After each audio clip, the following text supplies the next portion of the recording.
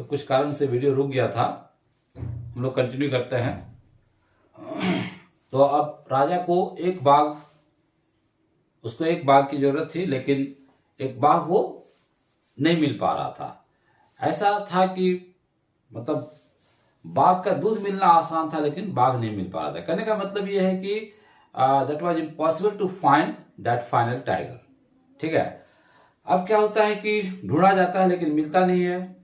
राजा भी काफी परेशान, वो भी सोचता है कि किसी तरह से एक बाघ मिल जाए, मैं अपनी प्रतिज्ञा पूरी कर लूं और उसके बाद में बाघों का शिकार करना छोड़ दूंगा, मैं अपने राजकाज को ठीक ढंग से चलाऊंगा। लेकिन ये बहुत ही इम्पॉसिबल लग रहा था। तभी क्या होता है कि उस राज्य के जंगल में किनारे एक गांव था। तो वहां पर भेड़ बकरियों की जो संख्या थी वो दिन प्रतिदिन कम होने लगी। अब उस गांव के जो लोग थे उन्होंने सोचा कि आखिर क्या बात है, हो सकता है कि जंगल में बाघ आ गया है। लेकिन पहले उन लोगों ने ये सोचा कि पहले हम लोग पता कर लेते हैं कि ये बाघ का काम है या किसी और का, क्योंकि उस जंगल में दो आदमखोर रहते थे। एक का नाम था वीरासामी नायकर और एक था खादर मियाँ साहब। तो उन्होंने सोचा कि पहले पता कर लेते हैं कि कहीं ये दो आदमखोर ये तो बाघों को नहीं, ये तो भेड़ बकरियों को मार कर नहीं खा जा रहे हैं। लेकिन जब पता किया गया तो पता चला कि वो लोग ये सब काम नहीं कर रहे हैं। तो मीन्स इसका मतलब क्या था कि निश्चित रूप से बाघ उस जंगल में आ गया था। वे लोग काफी खुश हो गए, दौड़े दौड़े राजा के पास गए और कहा कि महाराज, जंगल में बाघ आ गया है, हम लोग की भेड़ बकरियों की संख्या कम होती जा रही है, इसका मतलब बाघ है। राजा काफी खुश हो गया और उसने क्या किया, खुशी से उस गांव का 3 साल का लगान माफ कर दिया। कहा कि तुम लोग 3 साल एंजॉय करो, विदाउट लगान, विदाउट टैक्स एंजॉय करो। राजा खुश हो गया, वो जंगल की ओर चला गया और पेड़ पर मचान बना लिया। उसके बाद वो इंतजार करने लगा कि कब बाघ आए, मैं उसको मारकर अपनी प्रतिज्ञा पूरी कर लूं। 2 दिन, 4 दिन, 5 दिन, 10 दिन ऐसे करके समय बीतता चला गया। वो बाघ आ नहीं रहा था। राजा काफी वेट कर रहा था, लेकिन बाघ नहीं मिल पा रहा था, बाघ आ ही नहीं रहा था। धीरे धीरे उसका गुस्सा बढ़ने लगा, क्या बात है अभी तक बाघ नहीं आ रहा है। मतलब उसका गुस्सा 7वें आसमान पर जाने लगा। इसी बीच उसने बहुत सारे ऑफिसर्स को अपने पोस्ट से हटा दिया, भागो यहां से। जब राजा का गुस्सा काफी बर्दाश्त से बाहर हो गया, तब उसने दीवान को बुलाया और कहा कि दीवान साहब बताइए, मैंने इस गांव का कितने साल का लगान माफ किया है। कहा कि महाराज आपने 3 साल का लगान माफ कर दिया। कहा कि एक काम करिए, इस गांव के लोगों का डबल लगान वसूल करिए। इन लोगों ने हमको धोखा देकर के यहां बुलाया है, बाघ मिल नहीं पा रहा, डबल लगान लीजिए। तो दीवान ने कहा कि महाराज इस तरह से हमारा जो राज्य है वो खतरे में पड़ जाएगा, ऐसा काम मत कीजिए। तो राजा मिनिस्टर को उसके पद से, दीवान को उसके पद से हटाने की बात करने लगा कि मैं आपको यहां से भगा दूंगा। अब बेचारा दीवान क्या करे, सोचा कि अगर इसको बाघ की व्यवस्था नहीं करवाई जाएगी तो बहुत ही विनाशकारी स्थिति हो जाएगी। तब दीवान ने दिमाग लगाया, किसी तरह से उसने मद्रास के पीपुल्स पार्क से एक बाघ की व्यवस्था की, एक बाघ जुगाड़ किया और वहां से बाघ लाया गया। उस बाघ को उसने अपने गाड़ी में किसी तरह से उसका पैर वगैरह बांध करके, मुंह पैर बांध करके अपनी गाड़ी में रखा और जंगल की ओर चला गया। कहा कि राजा को इसको देंगे तभी वो अब शांत रहेगा। गाड़ी जंगल में चली गई बाघ के साथ। दीवान ने क्या किया, उस बाघ को गाड़ी से बाहर उसने निकाला। बाघ निकलना नहीं चाह रहा था, लेकिन उसके आदमियों ने मिल करके उस बाघ को गाड़ी से बाहर खींचकर निकाला और राजा के सामने उसको प्रस्तुत कर दिया। अब राजा ने जैसे बाघ को देखा तो वो तो एकदम बिल्कुल फुला नहीं समा रहा था, उसकी खुशी का ठिकाना नहीं रहा। बाघ बेचारा बिल्कुल खड़ा था चुपचाप, कहने लगा, मानो वो कहना चाह रहा हो कि महाराज बताइए मेरे लिए क्या आदेश है। राजा इतना खुश हो गया कि उसने बंदूक ली और निशाना साधा, गोली चला दी। उसने ये भी नहीं देखा कि गोली उसको लगी कि नहीं लगी। अब बेचारा बाघ तो पहले से डरा हुआ था। अब जैसे ही गोली चली, वो बाघ गोली की आवाज सुन के धड़ाम से गिर गया। राजा को लगा कि ये मर गया है। अब वो काफी खुश हो गया और उसने वहां जो शिकारी थे और भी जो लोग थे उनको कहा कि इसको प्रोसेशन के साथ महल में ले आओ। फिर राजा गाड़ी में बैठा चला गया। अब जब शिकारी वहां पर गए उसको देखने के लिए बाघ को, तो क्या देखते हैं कि बाघ जो है मरा हुआ नहीं है, वो अपनी आंखें खोलकर चारों तरफ वो अपनी आंखों को घुमा रहा है। दैट मीन्स क्या था? The tiger was not dead, the tiger was not killed by the king. बाघ राजा के द्वारा नहीं मारा गया था, वो बच गया।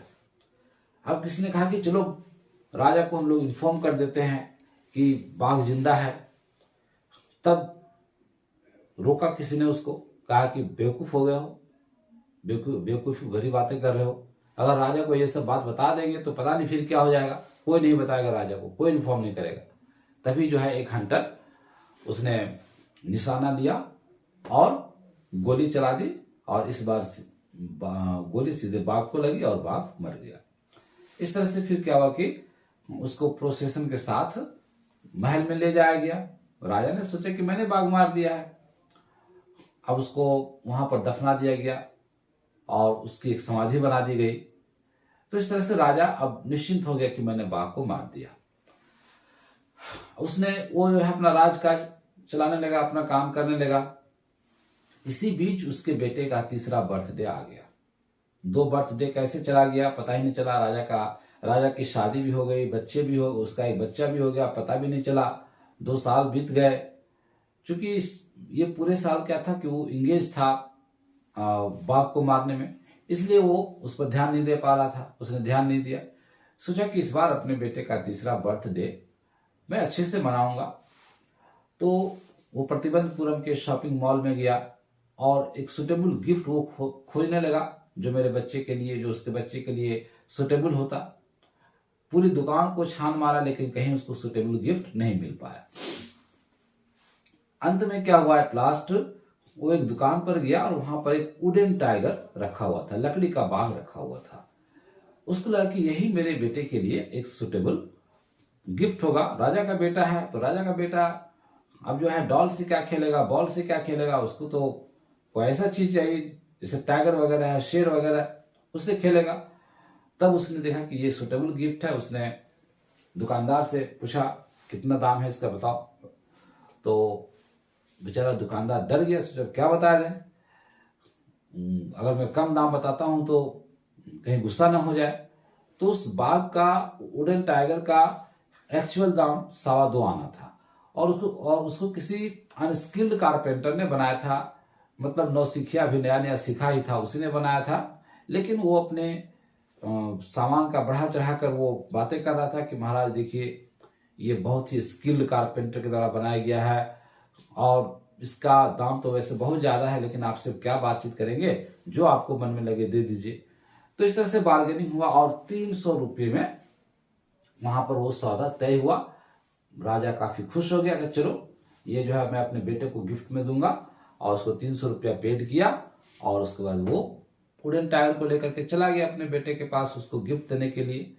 दोनों बाप बेटे उस दिन टाइगर के साथ खेल रहे थे, वुडन टाइगर के साथ। अचानक क्या हुआ कि वो जो वुडन टाइगर था उसके शरीर पर, उसका शरीर खुरदरा था, क्योंकि जिस कारपेंटर ने उसको बनाया था अच्छे ढंग से नहीं बनाया था। उसका शरीर के ऊपरी भाग में सतह पर कील वगैरह निकले हुए थे। तो अचानक क्या हुआ कि एक लकड़ी का कील राजा के हाथ में घुस गया। अब राजा ने क्या किया, उसको निकाल दिया और फिर खेलने लगा। लेकिन देखो, जब मौत आनी होती है तो वो किसी का इंतजार नहीं करता, मौत को बहाना चाहिए। तो उसी कील से क्या हुआ, वो जो वुडन जो कील था उससे क्या हुआ, राजा के हाथ में इन्फेक्शन हो गया। अब 2-3 दिन में पूरा हाथ बिल्कुल उसका फूल गया और पूरे हाथ में इन्फेक्शन फैल गया। अब उसके बाद जो है प्रतिबंधपुरम से डॉक्टर को बुलाया गया, सर्जन को बुलाया गया ट्रीटमेंट करने के लिए। तो सर्जन ने कहा कि इनका ऑपरेशन करना पड़ेगा। तो 3 सर्जन आए हुए थे, ऑपरेशन किया गया। लेकिन क्या हुआ कि जब डॉक्टर जब ऑपरेशन थिएटर से बाहर निकले तो कहा कि ऑपरेशन तो सक्सेसफुल रहा, लेकिन राजा की मौत हो गई। तो ऑपरेशन क्या खाक सक्सेसफुल रहा? मतलब यहाँ पर लेखक जो है ये कुछ व्यंग करते हैं इस कहानी में, और कहते हैं कि किस तरह से राजा ने अपनी खुशी के लिए, अपने झूठी खुशी के लिए 100 बाघ की हत्या की, फिर भी वो नहीं बच पाया। तो हम कहानी में क्या देखते हैं कि वो जो 100वां बाघ था, वो अंतिम बाघ था, 100वां बाघ था। भले ही वो लकड़ी का बना हुआ था, लेकिन उसी वुडन टाइगर से उसकी मौत हुई। तो इस तरह से हम ये कह सकते हैं कि वो जो एस्ट्रोलॉजर था उसकी भविष्यवाणी सही साबित हो गई।